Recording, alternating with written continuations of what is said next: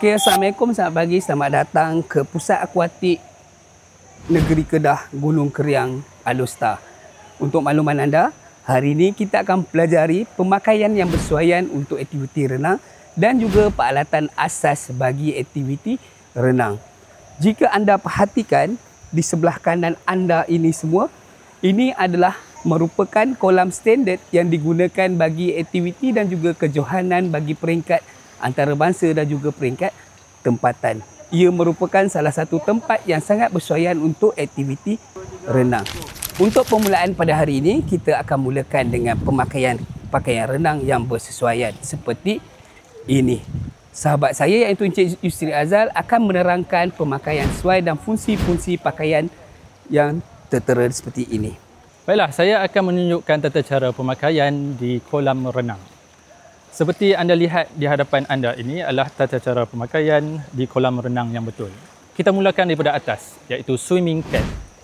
Fungsi swimming cap adalah untuk melindungi rambut daripada rambut gugur dan masuk ke dasar kolamnya. Itu akan menjejaskan kualiti kolam dan akan boleh merosakkan pam kolam tersebut. Selain itu, ia juga berfungsi sebagai rintangan, mengelak daripada rintangan air. Jadi dengan pemakaian swimming cap akan memudah dan melancarkan lagi teknik renangan kita dan gaya renangan kita. Seterusnya adalah goggle. Fungsi goggle adalah untuk memberi penglihatan yang lebih jelas di dalam kolam. Kerana apa? Air di dalam kolam ini adalah juga terkandung klorin. Jadi untuk mengelakkan mata kita terdedah dengan klorin yang banyak dan boleh mengganggu penglihatan dan merosakkan sistem mata kita. Jadi goggle digunakan untuk memberi kejelasan yang lebih elok dan juga untuk melindungi mata kita di dalam kolam. Seterusnya adalah pakaian renang iaitu baju renang.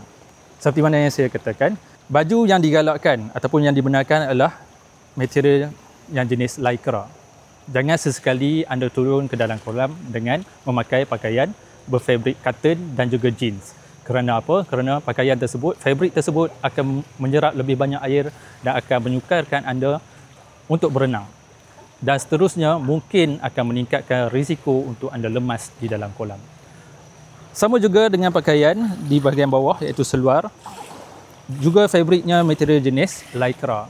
Dan apa yang penting adalah pakaian renang mestilah fit dengan ukuran badan kita supaya dia tidak menjadi rintangan sewaktu kita berenang di dalam air dan akan melancarkan lagi pergerakan renang kita.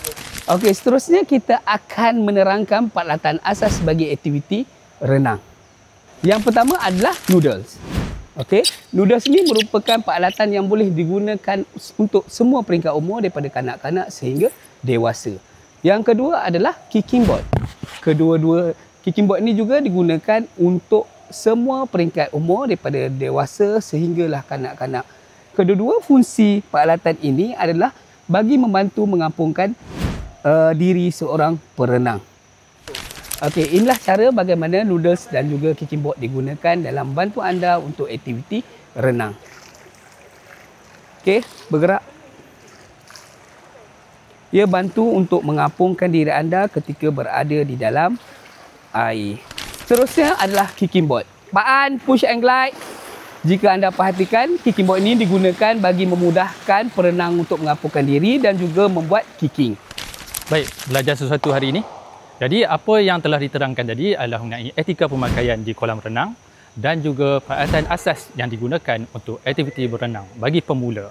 Jadi kedua-dua perkara yang disentuh tersebut amat penting bagi pemula, bukan sekadar pemula tetapi untuk semua perenang bagi melancarkan lagi apa yang akan dipelajari. Jadi jangan lupa untuk follow, like, share dan subscribe channel College Community Jerai untuk video yang seterusnya.